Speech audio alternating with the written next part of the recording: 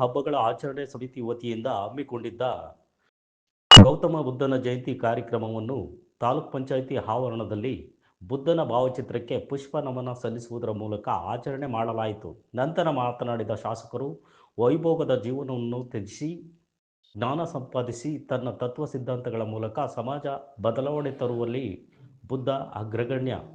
ಜಗತ್ತಿಗೆ ಶಾಂತಿ ಮಂತ್ರವನ್ನು ಸಾರಿದ ಬುದ್ಧ ಜ್ಞಾನದ ಬೆಳಕು ಚೆಲ್ಲಿದವರು. ಅಹಿಂಸಾ ಮಾರ್ಗದ ಮೂಲಕ ಸಮಾಜವನ್ನು ಪರಿವರ್ತನೆ ಮಾಡಿದವರು. ಶಾಂತಿ, ಸಮಾನತೆ, ಸೋದರತ್ವ ಬೋಧಿಸಿದ ಪರಮಜ್ಞಾನಿ ಎಂದು ಹೇಳಿದರು.